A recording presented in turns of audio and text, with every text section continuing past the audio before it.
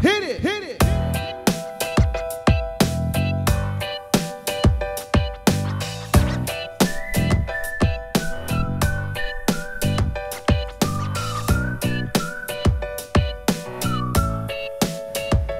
Hi, welcome to the Marley Bird YouTube channel. This is going to be a quickie with Marley, okay?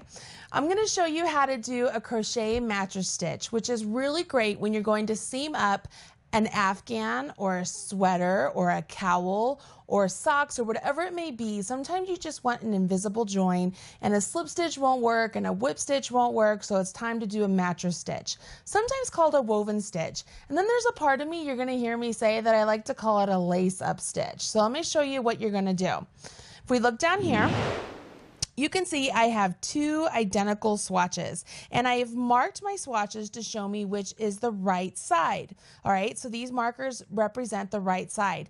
The reason that is important because when you're doing a mattress stitch, you're going to do all of your work with the right side facing you. So you always want to be able to see the right side. So if you have it signaled right there to you that that's the right side, it makes it easier. Now, the first thing we're going to do is I'm going to show you how to join the stitches up the sides. Okay, so let's say that you wanted these two sections to join up. Now I did them in different colors, that way you can kind of see easier on film that every two rows I changed colors, and you can see I'm really matching up row for row, okay? Row for row. And I'm going to go ahead and I'm using a really bright colored yarn. It's the one that is this teal colored right here. And I have cut off a length of yarn that I think is long enough to get through the entire row. That is really important because you don't want to get down half of your seam and run out of yarn. You really want to keep the same amount of yarn the whole way, okay? So I've went ahead and I've threaded my yarn onto a steel tapestry needle, which I think is very important that you use steel tapestry needles or a blunt tip steel needle, yarn needle. The reason I like it is because it really glides well into the yarn. And to thread these, they have a really nice big eye opening. So if you take your yarn and you just wrap it right around the blunt tip needle and you pinch it nice and snug, pull the needle out, and now you have this eye of the needle and just jimmy it right on there, and there you go. Bob's your uncle, right?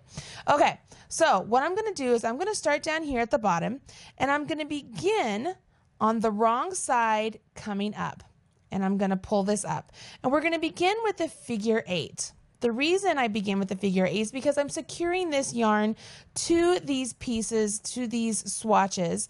The yarn is not already attached. If you have left a long tail on something and you can use that as your beginning or as your seaming tail, then you can absolutely skip this part. This is not one that you need to do, okay? I was looking up and I pulled it apart a little bit. All right, so what I've done is I went up this side, I went up this side, and then I came back over here and I went back up the same way I came out. So now I have it secured on there. Now I'm going to pick this up and hold it a little bit because I find it easier to do that. I'm going to take my yarn, and going up these, I'm working with double crochets. I am going to go and I'm splitting through the double crochet, not the yarn, but the stitch. So it's like I'm working my needle up the post of the stitch, and I'm going to thread that through, pull it through completely, and I'm going to come over here to the corresponding side and I'm going to thread it up that double crochet stitch as well. So knowing that there are 2 rows for each individual color, it makes it a little easier, right? So I come back over here to this side. I'm going to roughly go in about where I came out and work my way up again through the double crochet stitch and up. All right, all the way up, and then I come over here and I do about the same thing. So I came out there, so I'm going to go in right there and I'm going to go through my double crochet and up. Try not to split the yarn. Just makes it easier if I don't split the yarn. If you split the yarn, it's not the end of the world, okay?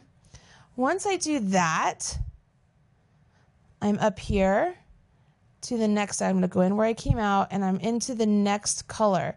So I'm going to make sure I thread through my double crochet of the next color, all the way up through the post and out. Can you see what I'm doing here?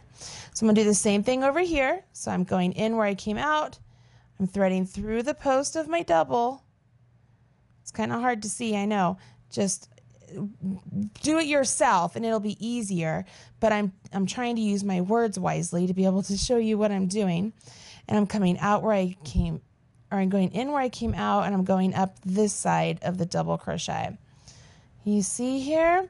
So what's really great is as I do this, especially when I'm doing the same color on the like my colored thread, my colored yarn is going through the same color that I just as on the project, you can see it is virtually invisible. The reason I say virtually is I've just made myself a nice little knot there. I was trying to get out of having a knot. There we are. When I pull this nice and snug, see how I'm pulling my ends? It pulls the seam together. So you can see my teal over here in the white, but you can't see it in the teal section. So if I were using the same color yarn through this section here, you wouldn't be able to see it, okay? Just like this. Now when you have stripes, the best thing to do is choose the color yarn that's going to be the most invisible among all the stripes, okay? It just makes it easier that way. Now I'm gonna go ahead and I'm gonna snip this because I'm gonna use the same length of yarn and I'm gonna show you how to join this section up here. So let's get all this apart and I'll show you how to join the tops.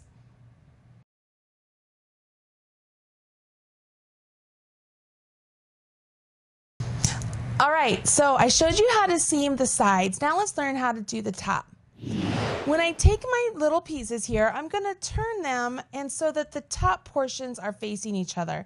Now the top portions are the ones that have the V's. Can you see the V's there?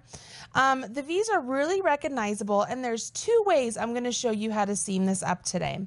Once again, I have my length of yarn on my tapestry needle, and I'm going to begin with my figure 8. So I'm starting here on this side. I'm going to go up, and I don't know why I start on the right. I just always do. And then I'm going to come up the corresponding spot on this side. And then I come back over here one more time and pull up.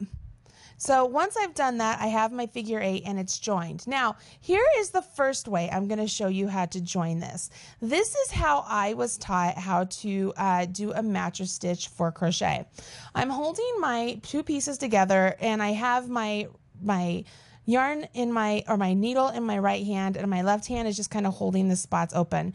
And with these V's up here, what I'm going to do is I'm going to take my needle and I'm going to thread it from front to back to front around the post, almost like a post stitch. And I'm going to pull this up, okay? And then I come over here and I do the same thing over here. I go in, around, and up. And I'm threading it around the post, but I'm not grabbing like the butt of the stitch. Let me show you what I mean. So if you look down here, I'm coming in here and I'm coming out up here. Now here's the butt of the stitch right there. Can you see it? Like my needle is on it right there. So if I were to come down here, I'd be grabbing the butt of the stitch as well. But I was taught that you come up between. See how I'm between? And I thread through. So it's just like I'm just going underneath these V's, okay? Almost as if I'm creating a V. Can you see the teal thread once I pull this through? See how it's creating its own little V here? Those of you that are knitters, you'll notice that this looks really similar to knitting mattress stitch. And that's how I was taught. This is how I was taught how to do knitting mattress stitch and crochet mattress stitch, is we're creating those stitches. So I've created these nice V's there. Now, if this was the same color yarn, that could be a really cool design feature. But even if it wasn't the same color yarn, if I pull this nice and tight, what I've done here is it pulls these stitches here up against these stitches here, and unless I pull them apart, you can't see that teal. So if I pull the teal See how they're up against each other and I can't see the teal, okay? So that's the first method. Let me show you the second method. We're gonna carry on just like we've been doing, and as far as I'm just gonna leave this like this, and what I'm gonna do now is we finished off on this side, still working with these V's. I'm gonna take my needle and I'm gonna come over here and I'm gonna go underneath both of those V's. So I'm going from the back to the front. Okay, to me, this is the one I call lace up. And I'm gonna come over here, I'm gonna do the same thing from back to the front. Over here, back to front, and back to front. So instead of working around any sort of post stitches or anything like that, I'm just working with the V's. Can you see? And I'm just going back and forth. If you'll notice, it really resembles like lacing a shoe. That's why I call it like the lace up method. And I've heard people call this the woven method. I've heard people call this the mattress stitch. You know, I don't know what the correct term is, quite honestly. I just know that this one works as well. And I'm going to show you what it looks like as opposed to the other method. So I'm going to go all the way down to the end here. And you don't have to pull these tight each time. Notice I'm leaving them nice and loose. That way I know where I left off each time. So I've finished off the row, okay? So see how it looks like it's a laced up shoe? You see that? If I pull it snug, and make sure all those stitches are pulled snug, you want to get a nice good yarn to do this. Don't use a yarn that pulls apart easily. You can see here, once again, these stitches butt up to these stitches. The teal is almost invisible, very, very close to being invisible. And if I pull it apart, there isn't anything more showing than what is already showing. Where down here, I pull it apart, that's when it shows. So you can decide which method works best for you in the way you want to join. So I'm going to cover that up. So this one here is the mattress stitch, how I was taught how to do it. And this one up here is how I was taught to do what I call the lace up mattress stitch, the lace up stitch, okay? Both ways work equally wonderfully, and they're virtually invisible on either side. The difference here is that the lace up one is smoother on both sides than this one here. This one here, it actually leaves a little bit of a bump, okay? And that bump there, that's the V-stitches that we have tucked around to the inside when we did the mattress stitch, okay? All right, so now you have learned 3 different ways to do mattress stitch, 2 different ways when you're matching up the tops of the pattern, the V's together, and then one way as you're seaming up the sides. You decide which method is best for you for your project. You can use this for any project. I would love to know what you use this for, so please go ahead and share with me in the comments what you're using this for, and I would love to have you over at the Facebook page and join in the community over there. I do a lot of giveaways and there's a lot of conversation happening over there, so I would love to have you join us. And that's just at facebook.com/Marley Bird. I hope you guys enjoyed today's video, and as my kids say, please smash that like button, and I will catch you guys again soon. Bye-bye.